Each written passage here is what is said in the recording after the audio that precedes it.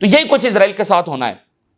اور یروشلم پوسٹ ہے اس کا ایک سروے دیکھیے. یہ اسرائیل کا ڈیموکریسی انسٹیٹیوٹ ہے, نیشنل انسٹیٹیوٹ ہے, اس نے آج سروے جاری کیا ہے. Optimism about Israel's future has declined since last June. Israel کا جو سروائیول کا آپٹیمزم ہے وہ ڈکلائن کر گیا. اسرائیل کی شکست کا نہیں, شکست تو ہونی ہے, اوور آل اسرائیل کی جو ایگزسٹنس ہے وہ اس کا جو آپٹیمزم ہے اسرائیلیوں میں ختم ہو رہا ہے کہ ان کو نہیں لگتا کہ اسرائیل سروائیو کر سکے گا. اور یہ جو 2 دن قبل یہ جو 600 جرنیل سامنے آئے ہیں, انہوں نے بھی ٹرمپ کو یہی کہا ہے کہ اسرائیل کی جو بقا ہے وہ خطرے میں ہے. اور 600 یہ جرنیل جو اسرائیل کا سب سے پاورفل بلاک ہے, یعنی ان کی تنظیم ہے جو کہ دنیا بھر کی ڈیپ سٹیٹ, امریکہ, یورپ کی ڈیپ سٹیٹس کے ساتھ رابطے میں رہے ہیں. انہوں نے ماضی میں وہ ساری جنگیں کی ہیں اور فلسطینیوں کے ساتھ وہ سارے ظلم کیے ہیں. انہی جنرلز نے آج یہ کھڑے ہو کر کہہ رہے ہیں کہ اسرائیل کی بقا خطرے میں. تو بلا وجہ تو نہیں کہہ رہے, اور 22 مہینوں کے بعد کہہ رہے ہیں کہ جب ان کو ایک ریالٹی جب وہ نظر آ رہی ہے, وہ ریالٹی جس کو نتنیاہو نہیں دیکھ رہا. تو اس کے ساتھ جو لیپڈ ہے اس کا بیان دیکھیے. I told the Prime Minister that the idea of occupying Gaza is very bad and will cost us a heavy price. تو اب غزہ کی آکوپیشن پر بھی ایک پھڈا وہاں پر پڑا ہوا ہے کہ آلریڈی اتنی کیجویلٹیز ہیں, حماس موجود ہے. اگر ہم بڑی تعداد میں فوج اندر داخل کر دیں گے تو پھر اچانک بہت بڑی کیجویلٹیز ہماری وہاں پر ہوں گی. جتنی زیادہ فوج داخل کریں گے حماس کے لیے وہ اتنا زیادہ اٹیک کرے گی اسرائیلی فوجیوں کے اوپر. تو ابھی تک وہاں پر ایک پھڈا جو پڑا ہوا ہے, لیکن نتنیاہو اور سموترچ اور یہ سارے کہتے ہیں کہ نہیں ہم آکوپائی کریں گے. اچھا, تو یہ ایک بہت بڑی رپورٹ ہے, اس پر بڑے گھنٹے بات ہو سکتی ہے اور ہم آگے چل کر اس کے اوپر مختلف ویڈیوز میں بات کرتے رہیں گے, کیونکہ یعنی ایک ڈائمنشن اسرائیل کی مسنگ تھی. ڈپلومیٹک ڈائمنشن پر ہمیں پتا ہے کہ اسرائیل کا کیا نقصان ہو رہا ہے, اکنامک ڈائمنشن میں ہمیں پتا ہے کیا نقصان ہو رہا ہے, ریجن میں وہ کیسے نارملائزیشن پروجیکٹ فیل ہو چکا ہے. لیکن جو ملٹری ڈائمنشن تھی نا, جو ہیومن لاس والی ڈائمنشن تھی وہ مسنگ تھی. اس کو آج وہ آفیشل نمبرز میں کنفرم کر رہے ہیں. جاپان جو ہے وہ 80 ایئرز ہیروشیما کی آج اس کی یاد میں منا رہا ہے, کالز فار ڈس آرمامنٹ. اور جاپان نے یہ کہا ہے کہ rising nuclear threats amid global tensions, جو ایک نیوکلیر جنگ ہے اس کے خطرات بڑھتے چلے جا رہے ہیں, یہ آج جاپان کہہ رہا ہے, اور 80 ایئرز. ٹھیک ہے, اور دیکھیں نا کہ رپورٹس کے مطابق ہیروشیما اور ناگاساکی سے بھی زیادہ ایکسپلوسیو غزہ پر استعمال ہوا. اور یہ رپورٹ دیکھیے, protesters call for Gaza at the 80th anniversary of Hiroshima bombing. تو جاپان میں آج وہ اس کو یاد کر رہے ہیں, تو وہاں پر غزہ کے مظاہرے ہو رہے ہیں. یعنی آپ اندازہ کریں کہ غزہ کہیں سے بھی مائنس نہیں ہے.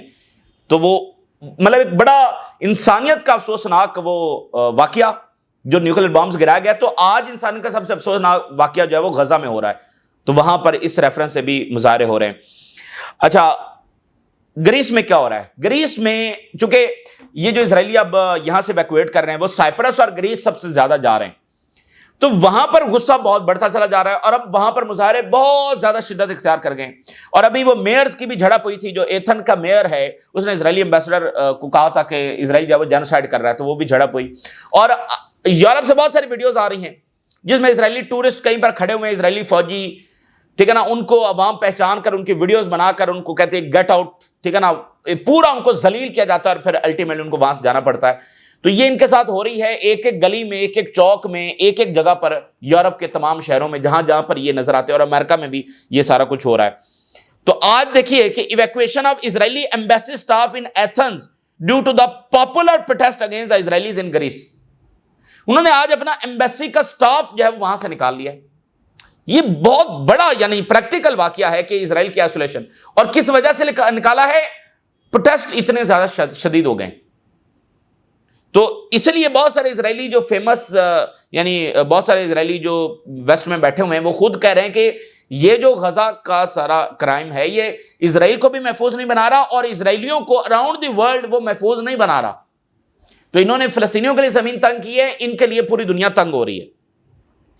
اچھا, یورپی یونین میں ابھی کوئی باقاعدہ یورپی یونین نے میننگ فل اقدام نہیں اٹھایا جو اسرائیل کو روک سکے. یعنی یورپی یونین کا ابھی تک کا جو کردار ہے وہ یہ ہے کہ اس نے سسٹمیٹیکلی اس سارے پریشر کو ڈیفیوز کرنے کی کوشش کی ہے اور سسٹمیٹیکلی ہیلپ کیا ہے اسرائیل کو کہ کیپ گوئنگ. یعنی یورپی یونین کی تنقید بھی ابھی تک چونکہ وہ رکوا نہیں سکی, تو وہ یہ بات ہے کہ یورپی یونین کی تنقید بھی بس یہ تھا کہ وہ عوامی جو پریشر ہے اس کو ڈیفیوز کر سکے، اور کوئی میننگ فل انہوں نے ایکشن اسرائیل کے خلاف ابھی تک نہیں لیا۔ تو یورپی یونین کی جو پارلیمنٹ ہے اس میں بہت ہیٹڈ وہاں پر جو آرگومنٹس ہیں وہ ہو رہے ہیں کہ فوری معاہدے جو ہے وہ کینسل کیے جائیں۔ اب آپ دیکھیے، political blocks in the European parliament we demand the suspension of the partnership agreement with Israel for its violations of the human rights, اور there is evidence of the genocide crime in Gaza and the world cannot continue to ignore it۔ یہ European parliament کے اندر یہ باتیں ہو رہی ہیں۔ اچھا، اس کے ساتھ ناظرین جو ایڈ ڈسٹریبیوشن وہاں غزہ میں ہو رہی ہے، سو کالڈ ایڈ ڈسٹریبیوشن، اور جیسے ایئر ڈراپ ہو رہی ہے ایڈ، دیکھیں اگین ایک ایک اگر نوالا بھی اندر جائے گا تو وہ ظاہر ہے کہ اس کو اپریشیٹ ہی کیا جائے گا، لیکن یہ جو ایئر ڈراپ ہے یہ الٹا ایک اور سسٹمیٹک طریقہ ہے سٹارویشن کا، کیونکہ ایئر ڈراپ کرنے سے جو پریشر ہے اس کو ڈیفیوز کرنے کی کوشش کی جاتی ہے، اور آن گراؤنڈ کوئی اس کا پریکٹیکل اتنا امپیکٹ نہیں پڑتا۔ اور دوسرا اس میں ایک اور چیز چھپی ہوئی ہے، اور وہ ہے humiliation of the Palestinians as a human being. فلسطینی جو ہیں وہ کھانا گرتا ہے، بہت سارے ایسے واقعات ہوئے ہیں وہ کھانے اس ایڈ کے نیچے دب کر لوگوں کی جانیں گئی ہیں، پھر کھانا جب وہ سمندر میں گرتا ہے اس کو لینے لوگ جاتے ہیں، وہاں پر ان کی شہادتیں ہوئی ہیں، اور پھر ابھی تازہ واقعات کے مطابق کھانا جو ہے، جو آٹا ہے وہ ریت میں مکس ہو رہا ہے، اور وہ ریت لوگ اٹھا رہے ہیں۔ الجزیرہ فوٹوز کنفرم کر رہے ہیں کہ Palestinian sift through sand in search of scattered food from aid drops. تو یہ جو ہیومینیٹیرین ایڈ ہوتی ہے ناظرین، اس کا مطلب یہ ہوتا ہے کہ ہیومینیٹیرین ڈگنیٹی کے ساتھ یہ ڈسٹریبیوٹ کی جائے گی۔ تو یہاں پر فلسطینیوں کی کوئی ڈگنیٹی نہیں ہے، ان کو ہیوملیٹ کر کے یہ ایڈ جب ان کو دی جا رہی ہے، سینڈ سے، ریت سے جو ہے وہ آٹا وہ نکال رہے ہیں۔ تو اس میں ایک اور چیز بھی چھپی ہوئی ہے کہ یعنی ایک تو ایئر ڈراپ سے جو ایک انٹرنیشنل پریشر ہے اس کو ڈیفیوز کرنے کی کوشش، اب اسرائیل کہہ رہا ہے ہم نہ کوئی سٹارویشن کر رہے ہیں، نہ ہم نے ایڈ روکی ہوئی ہے۔ اور دیکھیں چونکہ ابھی یہ جو ایئر ڈراپ ہوئی ہے اس میں بہت سارے ممالک نے آ کر ایئر ڈراپ کیا ہے، تو وہ ایک سسٹم ہے۔ دوسرا ہیوملیٹ کرنا، فلسطینیوں کو ہیوملیٹ کرنا، تو یہ بہت ہی تکلیف دہ بات ہے۔ اور پوری عرب قوم، اور کبھی ایسا نہیں ہوا کہ پوری عرب قوم میں کسی ایک حصے پر ایسا ظلم ہو رہا اور باقی خاموش بیٹھے ہوں۔ یہ پتہ نہیں آج اس پالیسی کو سمجھنے سے سب جو ہے وہ قاصر ہیں۔ جو مسجد الاقصی کے شیخ ہیں ان کو اسرائیل نے بین کر دیا 6 مہینوں کے لیے۔ کیوں؟ کیونکہ انہوں نے جو فرائیڈے میں خطبہ دیا تھا اس میں انہوں نے کنڈیم کیا اسرائیل کی سٹارویشن پالیسی کو، تو اسرائیل نے 6 مہینوں کے لیے ان کو بین کر دیا کہ وہ مسجد اقصی میں داخل نہیں ہو سکتے۔